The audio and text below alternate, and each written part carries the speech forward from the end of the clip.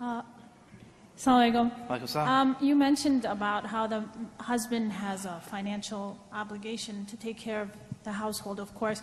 What about when the female or the wife actually works and brings in some money as well? Can you explain about what happens with the money she brings in, and in Islam, is she also responsible to take care of the household? And Thank you. Yeah, thank you for the very short question. I appreciate that. It's very specific. The one lecture that I give, many lectures that I give to people who are about other faiths about women's rights, this point I make, and the non-Muslims women are just jumping up in joy and cheering because of what I'm about to say. It's very clear in Islam that the man is the maintainer of the household. And then two other things happen.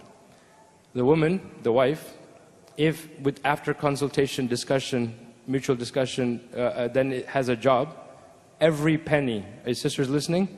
I don't want any revolts after this, brothers, but listen. Every penny that she earns is her property for her to keep. Got that? Can I get a takbir? No, I'm just joking. And number two, that if she, and this is after mutual consultation, so don't go out and get a job and say, Brother Altaf said get a job. No, if you have a job and you've discussed it. Number two, if she does choose to spend on the family, are you guys ready for this?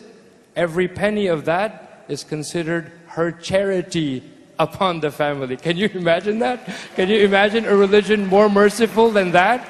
Right? This is subhanAllah, that's all I want to say, but that's exactly the situation, is that we don't have the understanding from the brothers. And we have to get to that stage. But you have the job, after consultation, you earn the money, and then permissible in a halal way, and then everything you spend, you're just raking in sadaqah, hasanat, and good deeds and good deeds and good deeds. So please spend on them, especially like my wife should get, inshallah. I'll talk to her later. Can I add to that? Yeah.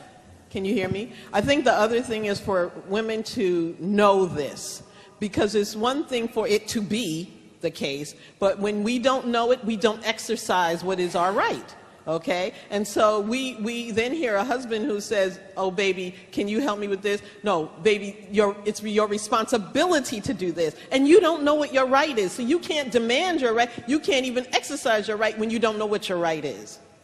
I want to add one thing to this conversation also, and which is that in case of these kinds of situations, we are living, especially the Indo-Pacs in the audience here, we're living in a culture, for a couple of generations, the women almost have no rights at home. And we're actually marrying them into slavery to the in-laws. I'm just going to say it like it is.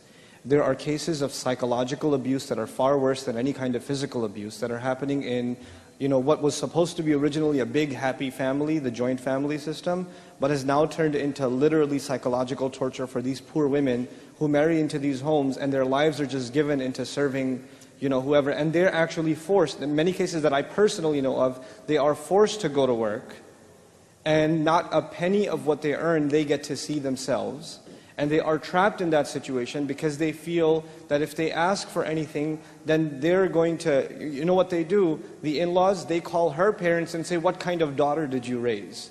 Right? And so she doesn't want to hear it from her own parents because she doesn't want her sorrow to extend to her original family. So she just bears with it and she puts up with it, and she continues to play along. And this kind of insanity needs to stop. Just a couple of weeks ago, I heard of a sister who, they married her in Pakistan. Like they moved to Canada after the marriage, right? The guy came from Canada. He was a programmer, of course. What else is he going to be? So, so they got married in Pakistan and they moved back, and they're treating her like garbage, right? Like absolute garbage. She doesn't even eat at the same table with the rest of the household, right? And she's living with 3 other of his brothers. Her house is basically a room. She used to live large back in Lahore or whatever. She was living in a big house, dad took care of her, and now she's living in a room. And going outside of that, she feels uncomfortable because his brothers are always around and he's always at work. And the mother-in-law treats her like garbage. And she couldn't take it one day because she actually ate something from what was supposed to be the mother-in-law's special meal or something. And the mother-in-law just starts yelling at her and tells her, I wish you were dead, why don't you eat these pills and just get, And she said, you know what, I will. And she says, yeah, go ahead, please, relieve us. And she did, and she took all those pills.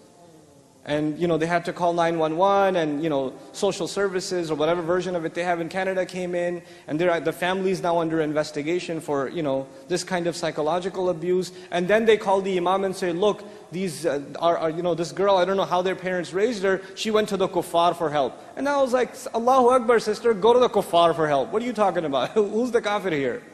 For God's sake. You people need to be in jail, you know? Allahu Akbar. Yeah.